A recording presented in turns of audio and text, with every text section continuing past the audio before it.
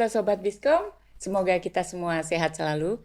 Kali ini kita bertemu lagi dalam suatu episode yang akan membahas tentang gimana sih serunya pertumbuhan landscape perbankan di Indonesia. Khususnya kita akan membahas tentang digital banking. Seperti kita ketahui pertumbuhannya luar biasa agresif nih. Tanpa kita sadari kurang lebih sekarang mungkin sudah ada sekitar 17 digital banking di Indonesia dengan berbagai nama yang berasal dari berbagai macam, entah itu banking yang sudah ada sebelumnya atau pemain-pemain baru yang akan kita ulas lebih lanjut gimana serunya dan bagaimana ini masa depan digital banking. Terus kemudian kita akan membahas, is it true bahwa masa depan perbankan itu ya memang ada di digital banking. Emang perkembangan bank digital ini Mbak Catherine emang makin yahut ya. Dan makin melejit ceritanya gitu. Dan banyak pemainnya, tapi kita jangan lupa bahwa bank digital itu ada perintisnya di Indonesia. Belum tahu kan Sobat Biskom, nanti kita akan ngobrol lebih lanjut dengan narasumber kita. Tapi sebelum ke situ, apa Mbak Catherine tentang bank digital ini? Highlight yang bisa dikulik. Kalau saya ya, tipis-tipis Mbak Catherine. Kalau saya nih, karena jujur gitu sebagai generasi milenial gitu ya, konsep bank sebelumnya itu kan kita harus datang gitu kan ke suatu tempat, kita harus ngambil queuing, antri gitu kan, dia ketemu mbak-mbak, mas-mas ganteng rapi, customer service, dibantu, antrinya lama, waktunya lama gitu. Ternyata semuanya dalam waktu yang tidak pakai panjang ya. Kemajuan di dunia perbankan luar biasa. Sehingga kita bisa mengakses itu semua hanya dari satu genggaman ibaratnya gitu, dan dari mana saja dan kapan saja. Nggak perlu lagi bersusah-susah, nggak perlu lagi kejebak macet, nggak perlu lagi ada waktu queuing yang lama gitu. Dan yang paling menarik buat saya ini adalah bahwa di satu genggaman kita segala macam knowledge tentang literasi perbankan, literasi keuangan itu semudah itu sekarang. Dan ini menurut saya sangat suitable, sangat cocok dengan ya millennials gitu kan ya, Gen Z gitu, yang mana semuanya dituntut memang serba cepat, serba praktis, serba asik, serba handy. Nah, kita baru ngomong nih salah satu pionir nih. Wah, bukan siapa salah satu pionir nih. Udah nggak makin curious kita nih. Iya kan? Ada di sini tamu yang istimewa. Kita akan bersama Mbak Anita Ekasari sebagai Genius Business Stream Head dari Bank BTPN. Kita akan ngobrol, kita akan mengupas bagaimana BTPN kemudian bertransformasi untuk berusaha mengejar apa sih digital banking, harus ngapain sih supaya semuanya bisa catch up, plus challenge dan lain-lain. Ini memang Oke, aku jelasin dulu. Jadi sebenarnya kalau yang disebut digital banking stream head itu lebih kepada saya bantu bos saya yang digital banking head untuk bantuin untuk hal yang sifatnya lebih ke business as usual.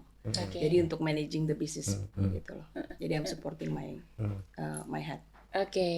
Jadi kita boleh nggak agak flashback ke belakang gitu ya. Dari tahun 2016 benar ya, Genius berdiri gitu. Ini merupakan sesuatu yang baru dong ya. Betul. Gitu. Nah, Mbak Anita sendiri sudah ada dong di masa-masa pertumbuhan si calon baby yang luar biasa ini. Challenge-nya waktu itu untuk memperkenalkan nih Indonesia nih udah mulai ada yang namanya digital banking nih gitu kan ya. Sementara orang lain taunya ya banking seperti yang saya sebutkan tadi ya, waktu di pembukaan datang ketemu CS dan lain-lain. Gimana ini challenge-nya? Butuh waktu berapa lama nih untuk transformasi ini pelan-pelan bisa ngerasa udah nih running smooth nih, kayak gimana tuh? Kebetulan aku memang ada di first stage walaupun aku tidak yang membidani kelahiran. Aku ada mungkin di Genius tuh awal 2017. Genius tuh kan lahir di 2016 Agustus. Jadi kita mau tahun ke-8 tahun ini. Jadi memang kalau kita lihat di awal-awalnya itu bener banget. Jadi pada saat kita melakukan survei sebelum kita bikin Genius tuh apa sih pain point customer dalam melakukan layanan perbankan? Salah satunya kayak gitu tuh, ngantri lah, macet-macet lah, harus pergi ke bank dan lain sebagainya. Jadi memang dan saat itu kita lihat bahwa manajemen saat itu ya melihat bahwa pada saat kita mau Bank BTPN kan tahu ya sejarahnya kan kita mulai dari pensiun, kemudian kita punya mikro itu udah lama banget gitu. Nah pada saat manajemen saat itu mau masuk ke retail mass market, ini mau pakai cara apa nih? Mau bikin cabang lagi gitu kan? Atau mau masuk secara digital. Nah pada saat itu kalau kita lihat di 2016 tuh kan itu udah kayak sekarang lah ya, mungkin sekarang lebih maju lagi. Saat itu juga kayak dari bangun tidur sampai tidur lagi, yang dipegang apa? Handphone gitu kan. Mau matiin alarm, kemudian mau bangun tidur, mau scroll up Instagram, TikTok, kayak sebelum tidur ya kan. Tidur udah lihat dulu ya, cek email, ya, cek email, Instagramnya ngapain atau WA gitu kan, kemudian makan, pesen online, kemudian pergi transportation dan lain sebagainya, sampai tidur lagi, ya kan. Nah jadi saat itu dilihat memang digital ini something yang akan promising in the future. That's why itu manajemen saat itu memutuskan untuk kita masuk ke mass market atau ke retail market memakai digital. Nah, jadi itu sih story-nya. Jadi kita masuk ke situ dan kemudian kita melihat bahwa 2016 itu kan the first ya, pionir, ya kan. Jadi orang juga bingung gitu, ini apa gitu kan. Jadi memang the challenge adalah about awareness bahwa ini pure pure banking. Bank dalam tanganmu gitu kan ibaratnya. Bukan sekedar aplikasi. Bukan sekedar aplikasi dan zaman itu banyak e-wallet kan. Nah, jadi mereka jadi kita harus jelasin tuh. Jadi tantangannya lebih kepada bagaimana kita membuat customer aware, apalagi kita pakai nama baru kan, Genius. Jadi kita mesti memperkenalkan brandnya, memperkenalkan layanannya, dan kemudian mengeducate the customer bahwa this is the real banking dan sangat mudah, ya tinggal download dan semua langsung bisa dipakai dan lain sebagainya. Jadi that's the challenge. Menarik Sobat Biscom yang dipaparkan oleh Mbak Anita ya tentang Genius. Genius itu dikelola oleh BTPN ya sekarang ya. Betul. Dulu namanya Bank Tabungan Pesusunan Nasional ya. Ya, saya ingatnya tuh ya Mas Vicky. Ke BTPN itu nganter mertua. Yang banknya itu di tanggal-tanggal awal bulan isinya memang kaum senior yang ngambil pensiunan. Jadi sangat nggak nyangka bahwa Genius ini lahir di bank yang sudah mendapat persepsi ini banknya bapak-bapak, ibu-ibu yang usianya segitu, langsung nembus ke milenial waktu itu. Menarik nggak? Iya. Nah, menarik banget nih Sobat Biscom bahwa tadi disampaikan oleh Mbak Anita challenge-nya mengkomunikasikannya ya. Nah, itu gimana sih Mbak Anita waktu awal-awal Genius tuh mengedukasi nasabah atau calon nasabah, misalnya boleh kakak dicoba dulu gitu atau gimana gitu kan? Ya, jadi memang awalnya itu kan namanya bank digital. Awalnya kan pasti mikir karena bisa di-download dari dengan mudahnya, semuanya juga through digital dong. Komunikasi through digital, semuanya through digital. Tapi kan digital juga itu ada challenge-nya ya. Jadi akhirnya kita buka banyak sekali suka lihat nggak mbak-mbak di mall? Booth. Itu kita banyak sekali kita sebutnya offline channel. Jadi kita banyak sekali creating offline channel supaya masyarakat atau customer itu tahu, bisa belajar, bisa bertanya, ini layanannya apa aja, gimana cara pakainya dan lain sebagainya. Jadi kita waktu itu memang melakukan banyak sekali edukasi secara offline. Ya. Dan online tetap kita jalanin ya secara digital. Dan kemudian kebetulan memang kita juga dibantu atau kita punya community. Jadi waktu kita bikin Genius awal-awalnya itu kan mesti dites dong, ya kan? Nah itu kita punya community atau kita panggil mungkin ada 1.000 kali. Dari siapa itu? Dari teman-temannya teman-temannya teman di Genius itu kayak friend and family. Jadi kayak sebenarnya informal aja. Informal tadinya, informal, kemudian suruh nyobain ya, dan lain sebagainya. Waktu itu masih belum di launch. Nah kemudian dari situ komunitasnya juga grow. Sampai sekarang kita sebutnya co-create. Co-create. Boleh disimpulkan nggak sih kalau bahwa si co-create ini akhirnya adalah sumber-sumber representasi dari orang kebanyakan, benar nggak? Betul, karena waktu itu mereka juga banyak aktif di digital kan. Jadi mereka juga banyak yang secara organically mereka share gitu. Karena ini kan konsep baru, ya kan? Termasuk juga mungkin ekspektasi Iya. gitu-gitu ya. Konsep baru bahwa cara totally berbeda gitu loh melakukan layanan perbankan. Jadi mereka yang juga banyak share dan kemudian itu sampai kita nurture sampai sekarang kita mungkin udah punya banyak sekali community dan kita grow juga di community itu kita juga banyak melakukan edukasi. Jadi edukasi nggak cuma di board atau di digital tapi juga secara community.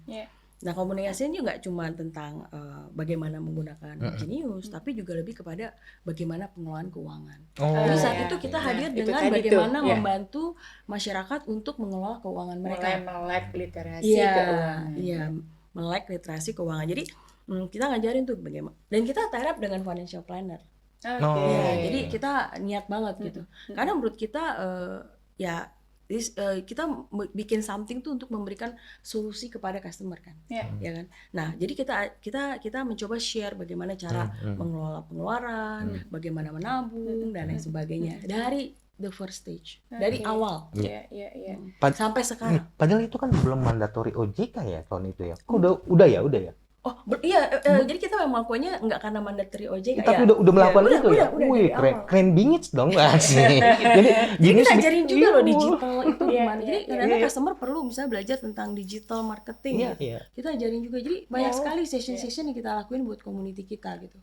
Termasuk juga mungkin akhirnya akan menyentuh UMKM yang terbantukan dengan.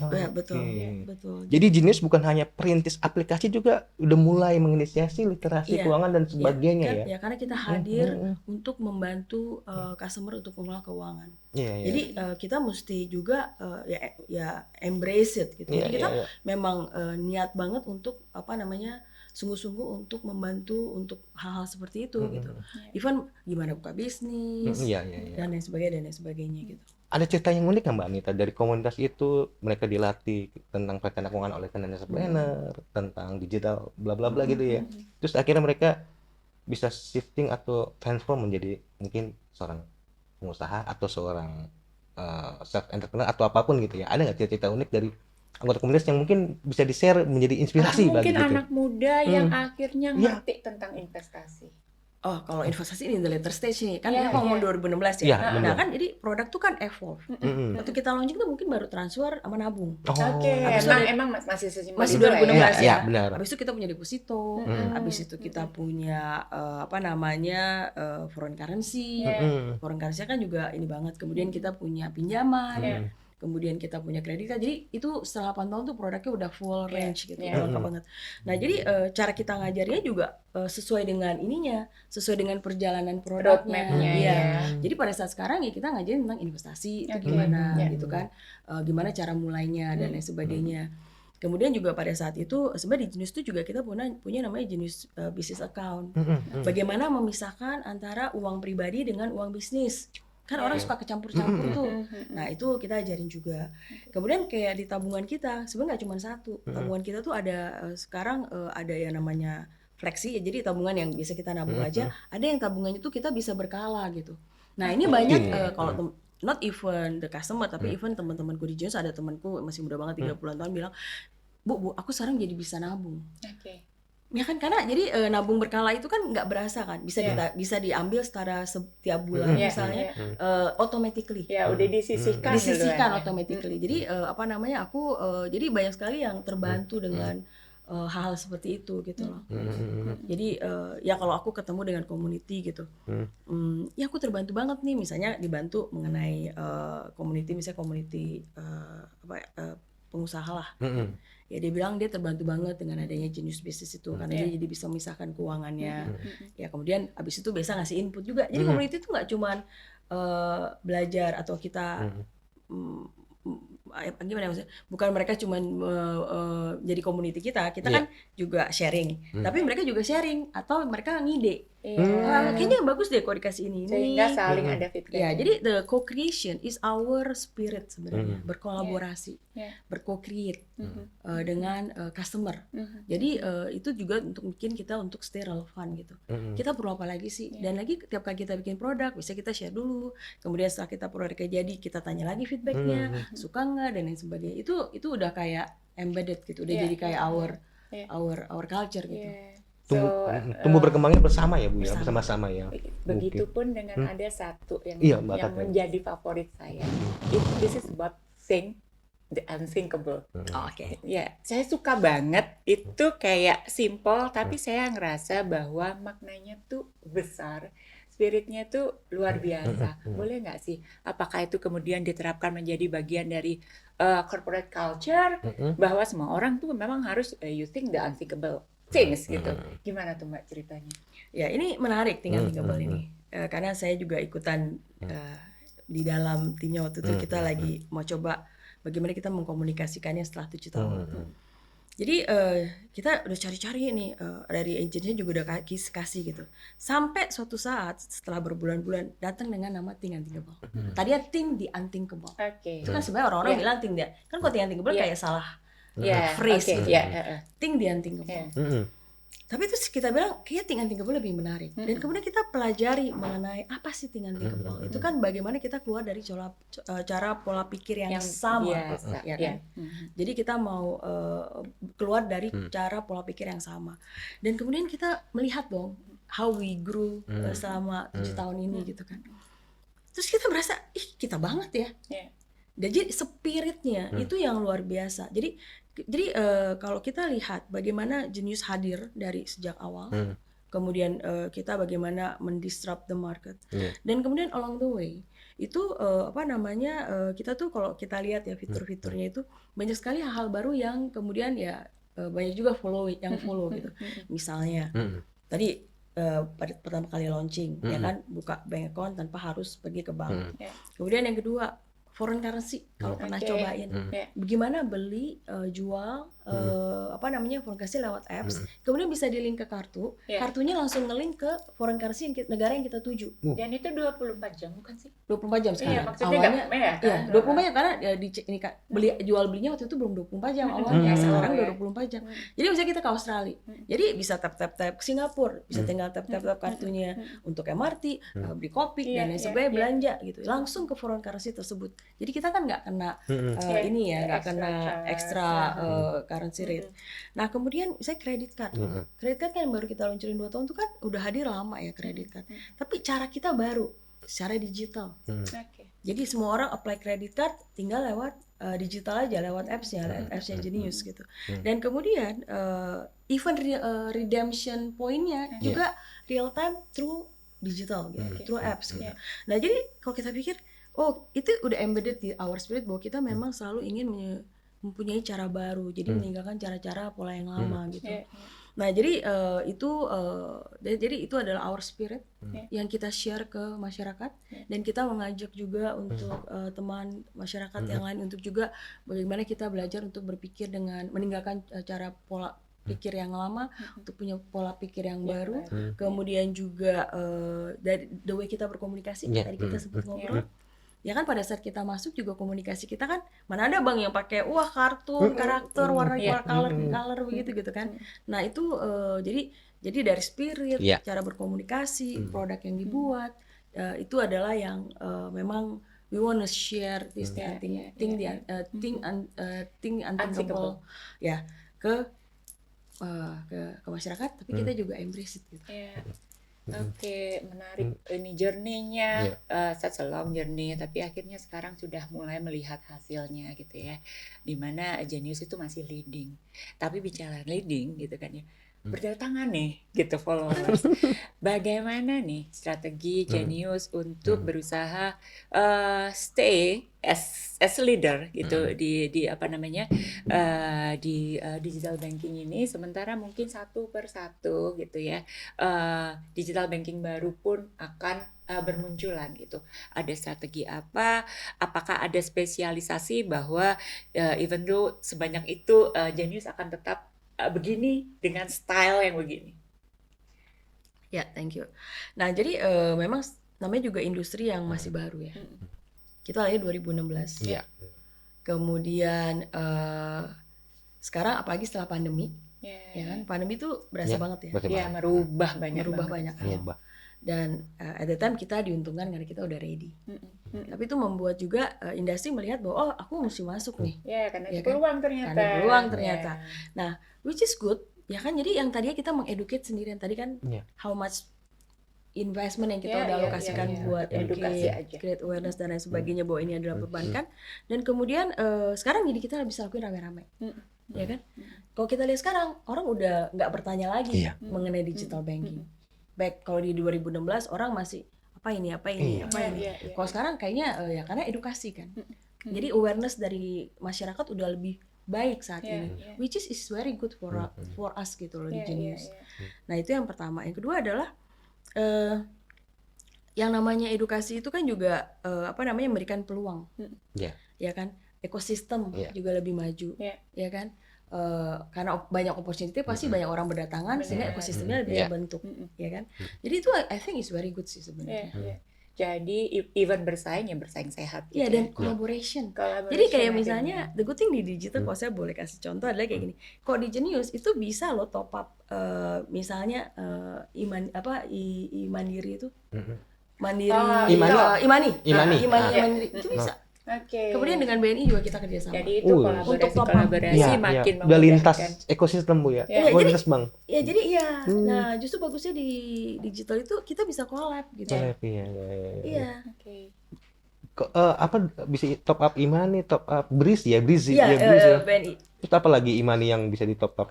Saat ini itu sih kayak. Masih itu ya.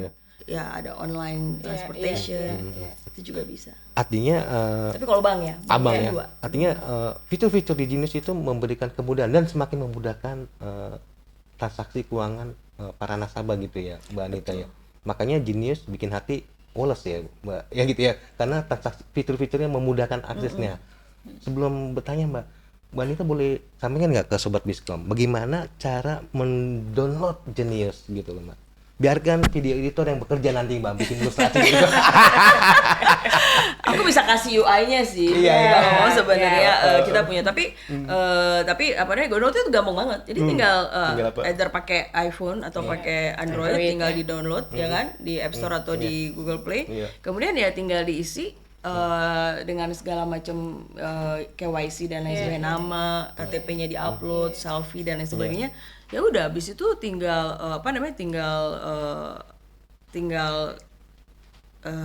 KYC gitu.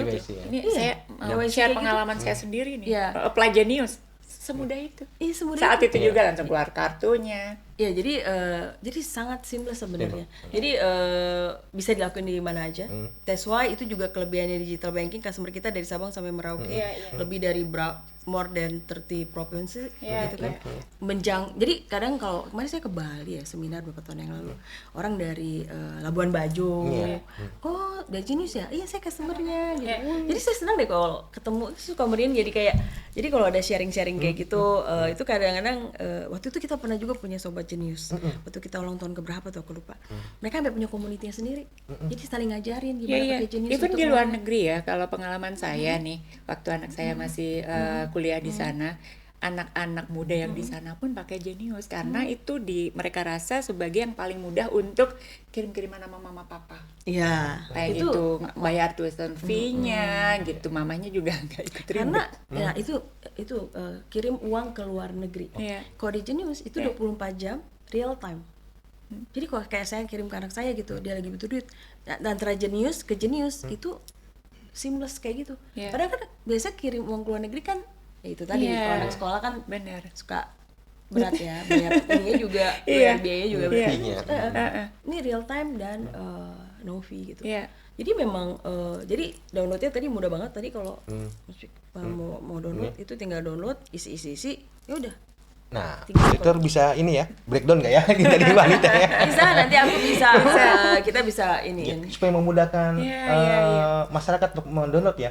By the way, Kayaknya sobat Biskom udah kan muda-muda nih ya. Udah lebih canggih. By the way, Student saya juga banyak yang pakai Genius. Genius gitu. yang pakai Iya, itu pakai Genius. Berarti relatif ya, cenderung penggunanya anak-anak muda bingit ya. Nah, ini juga kelebihannya Genius kalau aku lihat ya. Awalnya kita hadir 2016 tuh banyak orang mikir, oh ini Genius buat milenial ya. Lagian 2016 milenialnya sama sekarang udah 7 tahun, milenialnya juga udah lebih lewat mature ya. ya. Ini anak-anak nih, tapi waktu itu mereka berpikir begitu karena saat itu digital itu kan adalah hal yang mungkin buat mereka yang anak muda saat itu kan milenial waktu itu muda ya 2016 itu kan mereka is easy gitu ya kan. Jadi mereka sebagai early adopter gitu, jadi mudah gitu. Nah sehingga punya persepsi begitu. Tapi sebenarnya kalau kita sendiri nih itu memposisikan Genius itu untuk customer yang ya at least melek digital lah ya. Ya, tech savvy ya. Digital Sebenarnya umur doesn't matter. Iya, ya, kayak kita nih, kayak aku lah. Selenial ya. Selenial gitu. Ya kan karena kita udah pakai ya tinggal download itu kan udah ya. Nah, memang dan kemudian di Genius sendiri itu marketnya juga growing. Milenialnya yang 7 tahun udah lebih mature. Ditambah lagi kita juga punya sebenarnya di BTPN punya priority banking. Yang memang udah lebih mature lagi. Nah, itu juga mereka sekarang juga pakai Genius. Nah, kemudian kita juga generation set nih yang baru ini kan baru mulai kerja dan sebagainya. Itu juga memudahkan buat mereka. Jadi sebenarnya kalau kita lihat kita nggak hanya untuk milenial, tapi kita bilang untuk semua customer yang memang melek digital. Nah, mereka bisa pakai Genius. Gitu. Jadi berarti kalau bisa dibilang nih dari sisi range umur sangat bervariasi. Mulai dari mungkin belasan, paling nggak udah punya KTP lah ya, 17 sampai dengan siapapun yang masih mau mau mengutak-atik digital. Artinya 65 tapi kalau nggak keberatan dengan sedikit ribet di awal-awal, ribetnya awal doang dan nggak ribet sama sekali sih sebenarnya gitu. Ya sebenarnya ya kayak om saya hampir 90 kali, iya hampir 90 kali om gue, masih kirim-kirim WhatsApp, masih sharing-sharing. Jadi sekarang ya karena itu tergantung kemampuan manusia untuk belajar kan. Karena kan something new ya. Kalau sama dia mempelajari, dia memang mau ngikut, ya dia bisa gitu.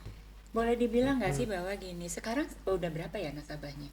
Nasabah kita tuh di atas 5,3 juta. 5,3. Sementara potensi yang tadi dibilang dari Sabang sampai Merauke itu masih ratusan juta.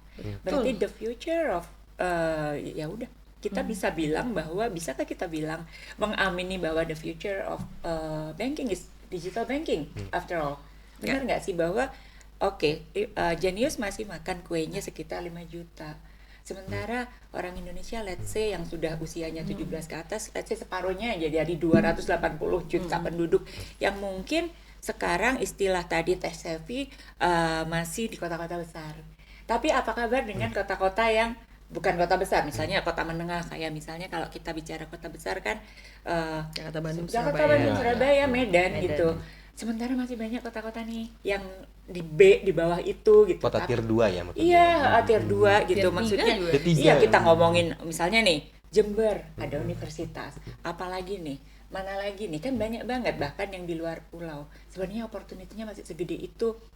Betul. And you have to be ready to embrace semuanya. Betul banget. Jadi memang digital ini menjadi future karena memang jadi dia tuh membantu masyarakat terutama di manapun dia berada selama dia punya signal, punya handphone, ya kan? Sebenarnya dia bisa jadi dia membantu ini juga inklusi keuangan juga. Iya. Jadi membantu orang-orang yang tadinya mungkin susah nih ke bank mana jauh gitu, cabangnya nggak ada deket kotaku gitu, deket desaku. Nah sekarang itu bisa dilakukan di daerah dimanapun dia berada. Selama ada signal, dan signal itu kan kayaknya sekarang internet juga menjadi salah satu program pemerintah kan. Jadi harusnya itu kan juga untuk kemajuan gitu. Di Baduy luar aja udah bisa nonton YouTube sekarang. Iya sih, luar biasa ya Mas Vicky ya. Mbak Anita emang tadi yang dibahas tadi terkait dengan tema kita, the future of banking is digital banking. Ya. Kayak masa depannya ya cenderung ke arah sana ya, karena potensinya besar dan sebagainya. Tapi di satu sisi kan fitur-fiturnya juga lagi dimutakhirkan, dikembangkan dan sebagainya. Apa sih fitur favorit para pengguna Genius, Mbak Anita? Boleh di-spill tipis-tipis Mbak? Oke, sebenarnya kalau yang favorit tuh banyak ya, karena kan sekarang itu setelah pantauan tuh kita udah lengkap banget gitu. Yang pasti ya itu tadi transfer jadi lebih mudah. Foreign currency kita itu kita yang mungkin yang juga mengenalkan dengan cara jual beli pakai apps, kemudian bisa kartunya bisa di-link ke foreign currency tersebut, bisa untuk langsung transaksi di foreign currency tersebut. Sekarang udah ditambahin lagi dengan transfer tadi yang udah diceritakan itu dengan mudahnya. Itu favorit banget. Itu banyak juga followernya. Jadi banyak yang ikut. Kayak gitu. Kemudian juga pinjaman lewat Genius. Itu ini pinjaman seperti pay later atau gimana ya? Jadi kita punya pinjaman tuh ada yang namanya flexi cash disebutnya. Kemudian juga kita juga punya Genius pay later. Nah, pinjaman itu juga ini ada dikotomi nih, bisa ada pinjaman dianggap bagus, ada yang satu lagi bilang jelek. Kalau menurut saya pinjaman itu adalah selama dipakai dengan responsible, ya kan. Jadi itu kan bisa membantu kehidupan kita. Misalnya ada kebutuhan mendadak, orang tua sakit, yang kemudian cash flow kita lagi mepet, itu bisa ngambil. Dan karena ini bank kan otomatis kita diawasi oleh OJK dan BI kan. Jadi semuanya bunga segala macam terstruktur. Nah itu sekarang banyak sekali peminatnya, dan pinjaman itu juga yang paling penting adalah bahwa kalau saya minjam, ini part of education kita juga. Kalau saya minjam, saya harus tahu bahwa saya harus bayar. Benar. Kenapa? Karena kalau misalnya enggak, nanti kredit scoring saya jelek. Kalau kredit scoring saya jelek, saya mau nanti pinjam susah banget. Beli rumah, beli mobil, nggak ada yang mau ngasih. Jadi itu yang kita harus ajarin ke customer. Pinjaman itu memang bagus, tapi kemudahan tapi dengan responsibility. Jadi harus make sure setiap kali jatuh tempo dibayar. Sama dengan credit card. Benar. Ya kan, credit card juga itu juga bisa pinjaman kan, itu juga harus dibayar. Nah itu juga harus kita ajarin, ya kan, supaya customer juga bisa memakai dengan benar, supaya credit scoring dia juga bagus, ya kan.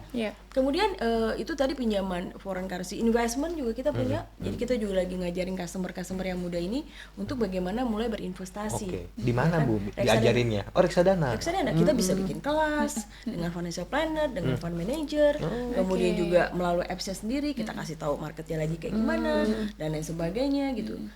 Jadi decision memang diserahkan ke customer, tapi tugas kita adalah mengeducate gitu. Jadi banyak sekali kemudahan ya. Namanya juga teknologi berkembang terus kemudahan kita harus juga evolve, teknologi evolve, orang juga gitu. Sebenarnya gini, ada satu lagi nih yang sebenarnya yang kalau saya sih suka banget ya. Kalau kartu hilang, zaman dulu kita ngapain? Ke polisi. Ke kantor polisi. Bikin surat hilang. Kartu. Telepon dulu blokir ya. Telepon. Kalau sekarang jadi enggak. Apa Mbak Nita? Ada namanya. Bisa langsung lewat website temporary block. Karena aku kejadian banget nih. Kan kalau lagi shopping, lagi pergi lah. Biasanya kalau lagi pergi shopping, tuh udah gitu kan ya namanya juga ribet ya. Tiba-tiba kartuku nggak ada ya. Senewet dong, aduh kalau dipakai orang nanti hilang. Itu lewat kartuku aku temporary block. Karena aku pasti penasaran yang ada nggak. Kemudian sampai rumah cari-cari, ada keteriwal, orang bahasa Jawa bilang selip. Terus gimana? Aku tinggal temporary blocknya aku buka sendiri ya. Sendiri, nggak usah. Baik kalau lagi pergi kan di luar gitu kan susah ya kalau nelfon ke call center. Jadi baik kartu kita semua itu punya fitur kayak gitu, termasuk credit card. Jadi kalau credit card juga hilang mendadak bisa pakai temporary block. Jadi itu yang menurut aku sih aha momen ya. Ya apalagi aku pernah ngalamin sendiri. Jadi dan itu memang kemudahan-kemudahan yang kita berikan ke customer sih. Di antaranya itu tadi ya, fitur itu ya. Jadi fitur layanan kan yang disebut produk itu nggak cuman tabungan atau apa, tapi the way kayak tadi services gitu. Jadi kita bisa block unblock secara sendiri. Kemudian kalau saya credit card, misalnya saya lagi di Indonesia, saya bisa offin transaksi internasional, biar saya nggak kena carding gitu kan, dan lain sebagainya. Jadi semua diatur melalui apps Genius gitu. Kayaknya merucut ke ini Mbak Catherine, keamanan gitu ya. Kita gimana nih gitu. Nah, keamanan itu menjadi faktor yang sangat-sangat penting di Genius, kan? Jadi dan keamanan itu kalau dari kita sendiri udah pasti kita diawasi oleh OJK dan BI dan berizin gitu kan. Kemudian yang kedua udah pasti kan semua minta approval gitu kan. Kemudian yang kedua adalah teknologi yang kita pakai. Itu juga udah lewat ISO 27001 gitu kan. Jadi itu tentang again data privasi dan keamanan. Kemudian secara teknologi dan edukasi. Kenapa edukasi itu penting? Karena keamanan itu sebenarnya dua pihak. Kita udah menyediakan infra yang memang aman. selama kalau customer mau melakukan transaksi, kita udah harus ada PIN, buka apps-nya pakai password gitu kan, pakai OTP gitu. Jadi udah berlapis ya kan. Nah, tapi kenapa saya bilang dua pihak? Jadi dari kita udah nyediain begitu, customer-nya juga hati-hati. Jangan suka ngasih OTP, PIN, password, even kalau kita bilang ke pasangan, ke orang lain, ke siapapun juga, atau oknum yang mengaku-ngaku dia sebagai entah Genius atau bank manapun juga. Benar. Itu jangan pernah dikasih. Nah itu yang, jadi kadang-kadang customer kita mungkin melek digital, tapi untuk keamanan digital banking itu mesti kita educate juga, Jadi kita harus kasih tau, jangan kasih ini kemana-mana. Itu kita sempat eksesif sekali untuk selalu bikin artikel, kita kirim email, kita kasih tau di apps-nya, hati-hati gitu. Karena keamanan itu juga menjadi faktor yang tadi itu kan OTP, bayangin saya suka aja gini kan, kalau kayak OTP atau password atau PIN itu kan sebenarnya kayak pintu gerbang, pintu kamar, kunci gerbang, kunci kamar sama kunci brankas. Ya kan? Jangan jebol nih. Ya kan? Jangan dikasih ke orang gitu. Artinya hati-hati menjaga hati. Ya jangan jebol nih. Biar nggak jebol, maksudnya gitu. Hati-hati menjaga hati supaya rekening tidak terkuras oleh orang lain. Gitu. Dan hati nggak patah hati gitu. Pokoknya cinta mati sama Genius gitu ya. Begitin, silakan. Oke. Jadi kalau balik lagi nih, tumbuh kan, ini akhirnya persaingan yang tadi hopefully bisa akan menjadi kolaborasi yang lebih sehat antar pemain di perbankan digital. Kita mau ngomong nih, anak muda sekarang ini kan everything is about digital. Untuk SDM sendiri, apakah untuk specifically direkrut oleh Genius saat ini dengan begitu tumbuh setiap bulan ada lagi bank digital baru, ada kekurangan tenaga yang qualified sesuai dengan kriteria, atau memang sekarang memang semudah itu nyari anak-anak muda yang digital savvy, kemudian ya visi misinya udah mirip-mirip, tinggal dipoles-poles dikit, atau gimana sih Mbak? Kalau rekrutmen itu kebetulan di Genius itu talent kita tuh diverse. Jadi talent kita beragam sekali. Jadi kalau developer ya pasti dia harus bisa coding ya. Benar. Ya nggak sih, ya kan. Kemudian tapi di luar jadi kalau dulu zaman dulu misalnya orang perbankan pasti backgroundnya bank, benar nggak? Nah kebetulan kalau di Genius tuh nggak begitu, jadi diverse banget. Mbak Jadi Anita sendiri apa backgroundnya? Aku bukan bank, kan? Iya, aku bukan. Asik lah pokoknya. Aku grow up di life insurance industry. Ya. Jadi nah kebetulan teman-teman saya juga justru itu yang bikin saya senang di Genius, karena jadi kayak alien berasanya. Jadi ada yang datang dari misalnya dari FMCG, dari rokok, dari dari agensi, dari mana-mana, atau dari bank sendiri, gitu kan, bank yang convert. Kan awal kita cuma sendiri kan pasti yang datang juga dari bank convert dong, nggak bisa dari digital banking lain kan. Nah itu yang membuat jadi talent kita diverse. Nah itu yang membuat kita bisa think unthinkable. Karena kita bisa challenge the idea. Punya setiap orang punya opini dan pendapat, dan mereka bisa voice out gitu. Latar belakang yang berbeda itu ada benefit juga. Betul. Nah jadi itu begitu sih. Berarti bisa dibilang nggak susah untuk mencari talent yang potensial untuk the future of Genius sendiri saat ini ya. Saat ini aku bilang ya harusnya enggak ya. Khawatir nggak sih diambil-ambilin yang udah pintar di Genius, diambil lagi gitu, karena kan ini baru-baru bermunculan, atau ya udah gitu. Nah the good thing dengan Genius adalah Genius tuh menyenangkan sih tempat kerjanya. Jadi kita tuh kalau jadi kerja di Genius tuh kerja gitu, tapi juga the relationship is nggak transaksional. Jadi malah jadi kalau tadi takut nggak ya pasti ada orang pergi gitu kan. Tapi banyak juga yang udah pergi balik lagi. Jadi itu membuat kita menjadi confident bahwa our culture is very good, karena the teamwork is there, kemudian collaboration. Jadi pertemanannya ada, kemudian mereka bisa voice out gitu loh. Jadi kayak we are in it together gitu loh. Nah itu yang mungkin itu susah ya. Maksudnya orang ya lagi itu pilihannya. Tapi the good thing dengan Genius ya banyak sekali orang yang pergi dan kemudian akhirnya juga kembali. Jadi pergi untuk kembali lagi. Iya. Soalnya spirit-spirit coba. yang iya. Minum dulu Marita. Minum dulu. Minum dulu. Kita break dulu. Aduh. Oke, menarik sekali perbincangan kita hari ini iya. ya. Makasih banget Mbak Anita atas insight-nya yang luar biasa Mas Vicky. Jadi kalau kita lihat bahwa confirm nih bahwa the future of banking is digital banking gitu. Masa depan dari dunia digital banking sendiri itu masih luar biasa panjang. Opportunity-nya masih luas. Kita dapat insight yang luar biasa yang menambah pengetahuan kita bahwa digital banking itu nggak semenakutkan itu, nggak sesusah itu gitu. Semuanya udah dalam satu genggaman gitu. Sekali lagi terima kasih atas waktunya Mbak Anita yang luar biasa, Mas Vicky. Sayang sekali kita harus menutup perjumpaan kita kali ini. Tapi kita akan ketemu, kita akan ketemu lagi di episode depan yang nggak akan kalah menariknya dengan narasumber yang akan menambah wawasan kita tentang apapun itu bisnis, entrepreneurship, segala knowledge yang akan menjadi suatu hal baru yang akan berguna. Gitu. Sekali lagi thank you so much. Thank you juga udah invite kita. Sama Manita. Thank you. Saya Katrini Natisa Rasya pamit undur diri dan saya Vicky Rahman dari sua.id mengucapkan terima kasih. Semoga tema hari ini menginspirasi Sobat Biskom untuk move on dari masa lalu. Karena the future is bank digital ya Mbak Nita. Silakan Mbak Kitty. Oke, sampai jumpa di pertemuan selanjutnya minggu depan Sobat Biskom untuk episode dan narasumber yang gak akan kalah menariknya. Thank you for your attention and see you. See you. Dadah. Thank you.